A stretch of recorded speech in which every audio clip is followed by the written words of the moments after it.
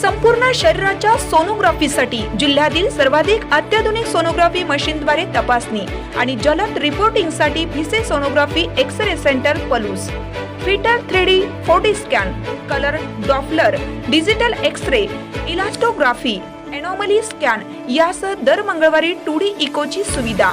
Bhise sonography व x-ray centre Palus, Marathe Shriraj hospital जवळ, कन्या शाळा रोड पलूस. संपर्क 74 47 39 90 90 आणि 89 83 84 70 04.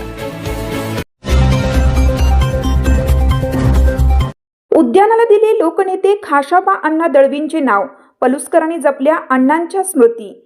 सांगली जिल्हा परिषदेचे माजी समाज कल्याण सभापती व काँग्रेस पक्षाचे ज्येष्ठ नेते स्वर्गीय खाशाबा अण्णा दळवी यांच्या तृतीय पुण्यस्मरण दिनानिमित्त आज भारतीय सहकारी सोसायटी पलूस येथे शहरातील विविध मान्यवरांच्या उपस्थितीत विनम्र अभिवादन करण्यात आलं. यावेळी पलूस येथील हुतात्मा स्मारक जवळील उद्यानाचे लोकनेते खाशाबा अण्णा दळवी उद्यानाचे नामकरण व लोकार्पण करण्यात आले. जिल्हा मध्यवर्ती सहकारी बँकेचे संचालक महेंद्र लाड, पलूस सहकारी बँकेचे चेअरमन वैभव पुधाले, गटनेते सुहास पुधाले, संग्राम समूहाचे प्रमुख स्वाभिमानी आघाडीचे निलेश येसुगडे, शिवसेना उभाटाचे विनायक गोंदिल, उद्योजक सर्जेराव नलवडे, भाजपचे रामानंद पाटील, पांडुरंग सूर्यवंशी, गिरीश गोंदिल, BN पवार यांच्यासह सर्वपक्षीय नेते, विविध संस्थेचे पदाधिकारी यांच्या प्रमुख उपस्थितीत हा नामकरण आणि अभिवादन कार्यक्रम संपन्न झाला.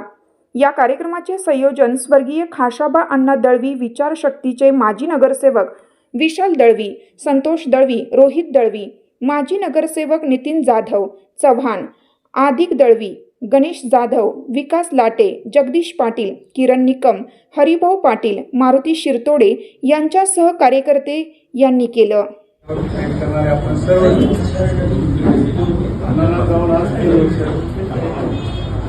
त्यांच्या कामाच्या आठवणी आपण सर्वजण सातत्यानं पाहत असतो. गुरुत्वाच्या विकासामध्ये दादा असतील, अण्णा असतील, दादाजी असतील, SK काका असतील, या सर्वांचाच आता या आठवणीच्या विकासामध्ये निश्चितपणे एक सामाजिक काम करणारं नेतृत्व म्हणून आपण अण्णांच्याकडे पाहत होतो. आणि अण्णांनी ज्या ज्या ठिकाणी काम केलं त्या त्या ठिकाणी काम करत असताना सर्वसामान्यांना दिलासा देण्याचा निश्चितपणे अण्णांनी प्रयत्न केला.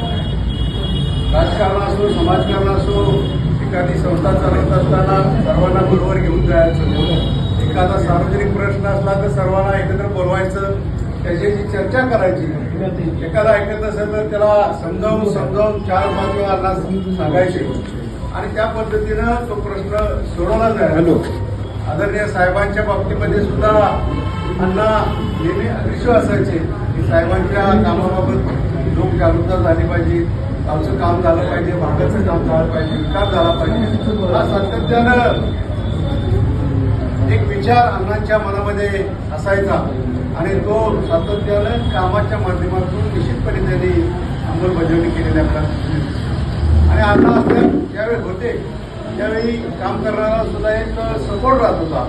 एक आपल्या मागं कोणतरी खंबीर आधार आहे असं आपल्याला सर्वांनाच वाटत होतं. ज्यावेळी गेले त्यावेळी पलूस गाव काय, पलूस तालुका असेल किंवा अण्णांच्या ज्या ज्या ठिकाणी कार्यकर्ते होते, जिल्ह्यामध्ये वावर होता, त्या ठिकाणी सर्वांनाच एक आश्चर्याचा धक्का बसला की अकस्मात अण्णा गेले आणि इथून पुढच्या विकास कामामध्ये कोकणी निर्माण झाली होती. ती वरून काढण्यासाठी आपण सर्वांनी विषयाला अण्णांच्या पद्धतीनं काम करण्यास सांगितलं. थोडंसं अजून विलंब होतोय विषयात, अजून थोडंसं गती घेतली पाहिजे. समाजाला, गावाला एक दिशा देण्याचं काम अण्णांच्या माध्यमातून झालं. त्याच पद्धतीनं तुझ्या माध्यमातून व्हावं ही सर्व आमच्या सर्व प्रमुख नेते मंडळीची, गावातील सर्व भागातील कार्यकर्त्यांची विचारधारणा आहे. निश्चितपणे त्या मार्गाने आपण जात एवढंच या ठिकाणी बोलतो, अण्णांना अभिवादन करतो आणि इथं सांगतो.